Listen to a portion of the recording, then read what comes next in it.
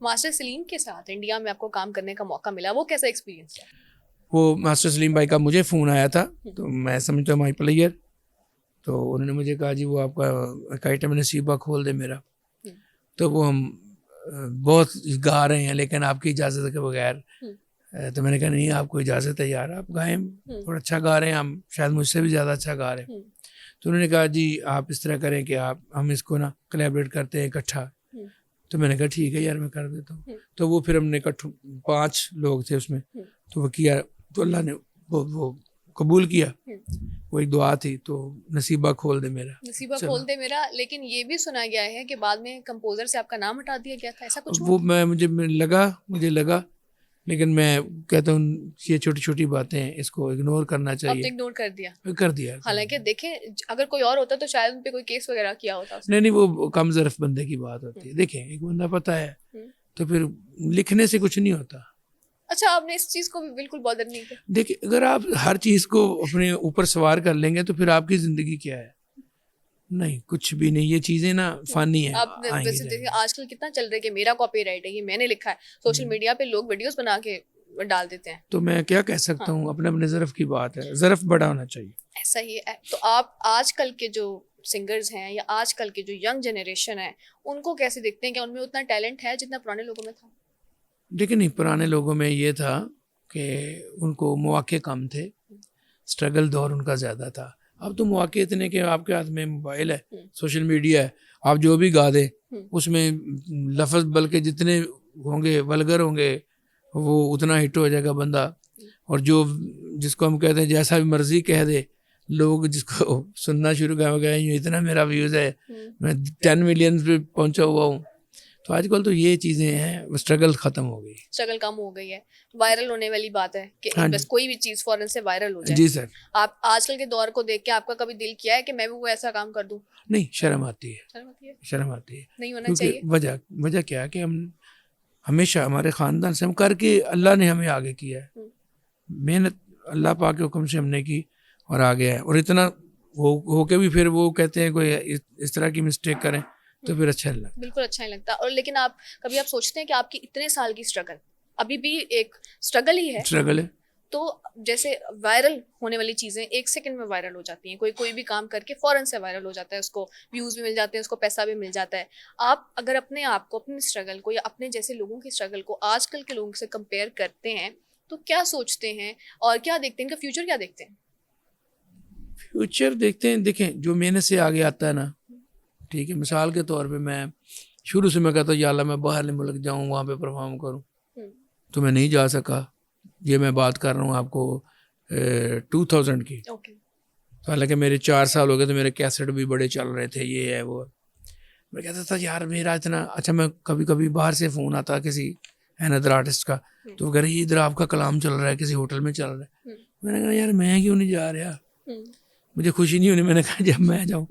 لیکن جب میں پھر اللہ پاک نے مجھے اپنی رحمت سے بھیجا, پھر جا کے میں جب اسٹیج پہ میں بیٹھا تو میں نے لگا, میں نے کہا اگر میں سن 1996 میں آیا ہوتا تو میری تو بڑی بےزتی ہونی تھی, کیونکہ اس وقت میں اس شعور میں تھا ہی نہیں جو اللہ نے مجھے دیا تو میں آیا ہوں.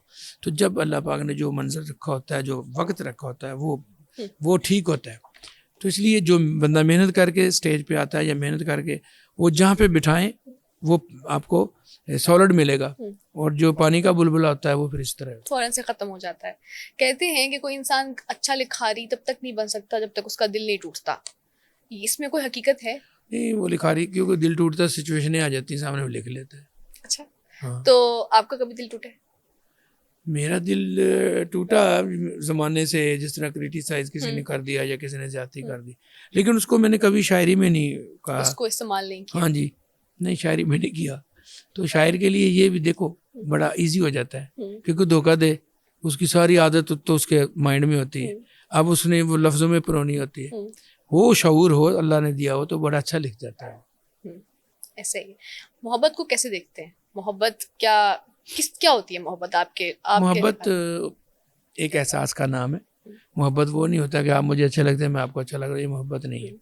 محبت احساس کیا ہے کہ میں ادھر بیٹھا ہوں, میرے بچوں کا احساس ہے, مجھے اپنے بچوں سے محبت ہے بھائی, تو مجھے پیارا لگنا اور ہوتا ہے, محبت اور ہوتی ہے. یہ جو لوگ فلسفہ نہیں سمجھتے, جو میرے مائنڈ میں وہ یہی ہے. آپ کہہ رہے ہیں کہ اٹریکشن اور محبت میں فرق ہے. بہت فرق ہے, بہت فرق. اٹریکشن کسی کو بھی دیکھ کے کرش کبھی کسی ماں کو اپنا کالا بچہ برا لگا ہے؟ کبھی بھی. تو پھر کسی کو اٹریکشن نہیں بھی ہوتی, ماں کہتی میرے بچے جیسا کوئی بھی نہیں, اس کو بچے سے محبت ہوتی ہے, احساس ہوتا ہے.